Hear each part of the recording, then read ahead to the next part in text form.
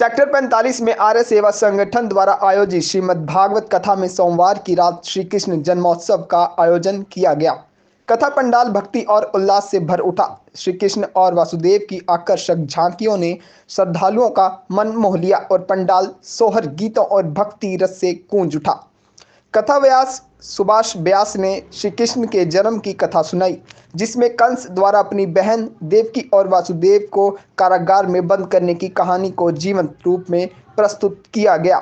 उन्होंने बताया कि कैसे कंस ने अपनी मृत्यु की आकाशवाणी सुनने के बाद देवकी की 7 संतानों को मार डाला, लेकिन 8वीं संतान भगवान श्री कृष्ण के जन्म पर वह कुछ नहीं कर सका।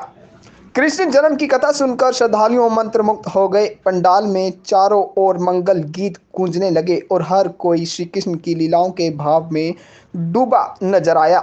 श्रद्धालुओं ने भक्ति में विभोर होकर नृत्य किया और कथा का आनंद लिया।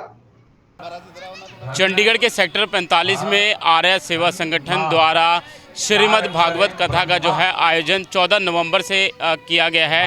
14 नवंबर से जो है कलश यात्रा की गई है और करीब 21 नवंबर तक जो है इस भागवत कथा की समाप्ति होगी। इस भागवत कथा का जो है गुणगान जो है यहाँ पर शास्त्री जी कर रहे हैं और यहाँ पर हमारे साथ संत समाज से जो है सुधीर नारायण जी जो है यहाँ पर पहुँचे हैं और जो आला मंदिर को भी जो है देख रेख जो है इनके द्वारा ही की जा रही है। सुधीर नारायण जी, संत जी क्या कुछ कहना चाहेंगे जिस तरीके से श्रीमद् भागवत कथा का जो है आयोजन जो है यहाँ पर किया गया है?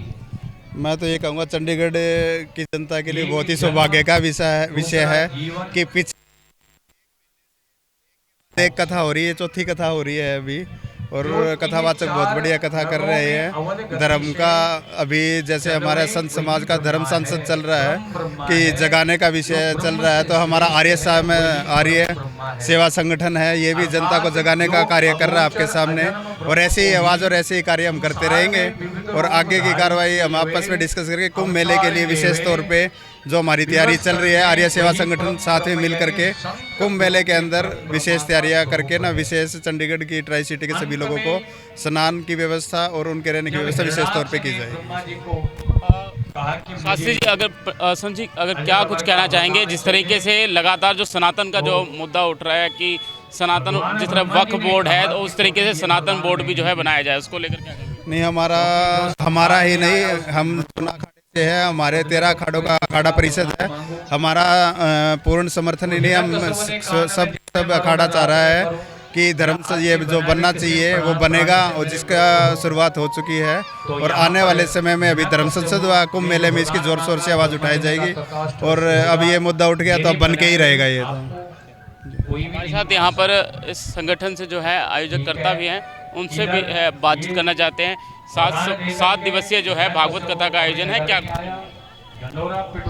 हमारे जो आर्य समाज संगठन के जितने भी सदस्य और कमेटी के मेंबर्स हैं, सारे को हम थैंक यू और धन्यवाद देना चाहते हैं कि इसी तरीके से हमारे संगठन की अच्छी तरीके से सारी सुविधा और अच्छी ये भागवत कथा एवं सनातन धर्म की जो प्रचार है हम सारे मिल के इकट्ठे सही तरीक़ा से करवाते रहे और आगे भी हम लोग जो है ना इस कथा को हम लोग आगे बढ़ाते ही रहेंगे। तो जो संत महाराज थे और जो आयोजक करता थे, इनकी भी ये लोगों से अपील है कि इस भागवत कथा में जो है लोग आएँ और इस भागवत कथा को जो है सुने। करीब 21 नवंबर तक जो है इस भागवत कथा जो है चलेगी। चंडीगढ़ से कैमरामैन रवि के साथ अजीत कुमार झा। अगर आपने अभी तक हमारे चैनल को सब्सक्राइब नहीं किया है तो आज ही